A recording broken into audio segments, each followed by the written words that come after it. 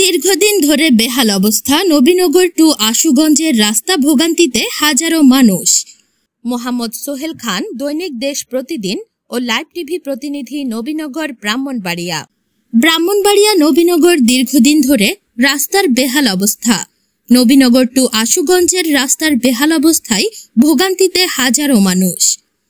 প্রতি বছর একই রকম থেকে যায়, রাস্তার কোনো পরিবর্তন নেই। রাস্তা ভেঙে গাড়ি চলাচল বন্ধ হয়ে যায়। রাস্তার উপরে জমে থাকে বৃষ্টির পানি। দুর্ঘটনার শিকার হচ্ছেন সিএনজি, মোটরসাইকেল ও অটোরিকশা। এ রাস্তা দিয়ে যাতায়াত করে স্কুলের ছাত্রছাত্রী ও হাজারো মানুষ। এই রাস্তার বেহাল অবস্থা দেখে ক্ষুব্ধ হাজারো মানুষ। রাস্তা তো নয়, মনে হয় পুকুর, এরকম অবস্থায় দিয়েই চলছে অটোরিকশা। ব্রাহ্মণবাড়িয়া নবীনগর পৌর ৩ নং ওয়ার্ড খাজানগর রাস্তায় প্রতিদিনই ঘটছে দুর্ঘটনা। সীতারামপুর টু কৃষ্ণনগর রাস্তার বেহাল অবস্থায় ক্ষুব্ধ সাধারণ মানুষ। রাস্তার বেহাল অবস্থা দেখে অটোরিকশা বন্ধ হওয়ার পথে।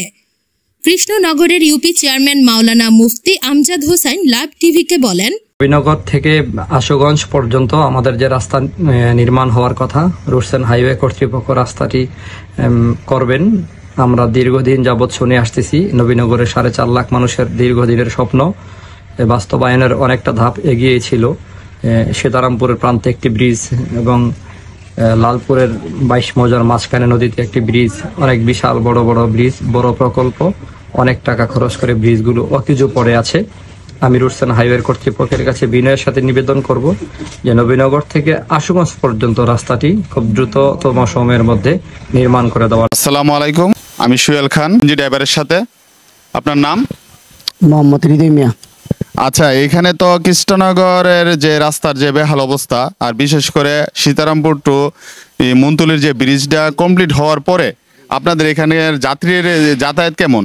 রাত্রি 4 ভাগের 3 ভাগ কমে গেছে, শুধু 1 ভাগ। সারাদিনে নবীনগর শুধু 1 টিপ পাই। আগে মারতাম 4 টিপ 5 টিপ।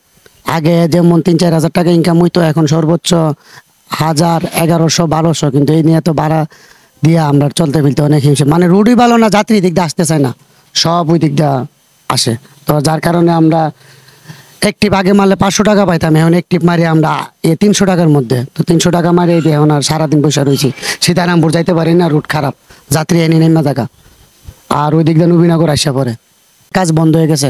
বেকু এখনো ফেরা লইছে, জঙ্কার ধরতেছে। আপনার নাম? মোহাম্মদ হুমায়ুন কবির।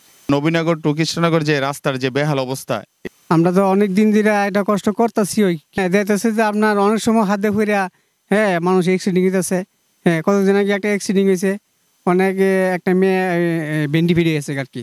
আমি আমার দোকানে গেলে 5 বছর হয়েছে, আমি দেখতেছি আপনার 5 বছর যাবত রাস্তার এই প্রবলেম বেহাল দশা।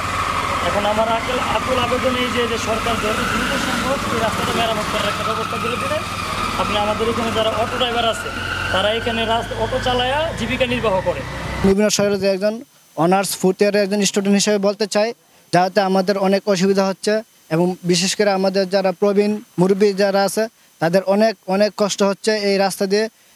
তারা অনেকে এই রাস্তার কথা শুনলে অনেক ভয় পায় যে না আমরা নৌকা দিয়ে যাব, অনেক ভয় পায়। আমাদের দাদা, বুবু বা খালা, ফুফু যারা আছে, তারা এই রাস্তার কথা শুনলে অনেক ভয় পায়। নবীনগরকে একদম তাচ্ছিল্য করে।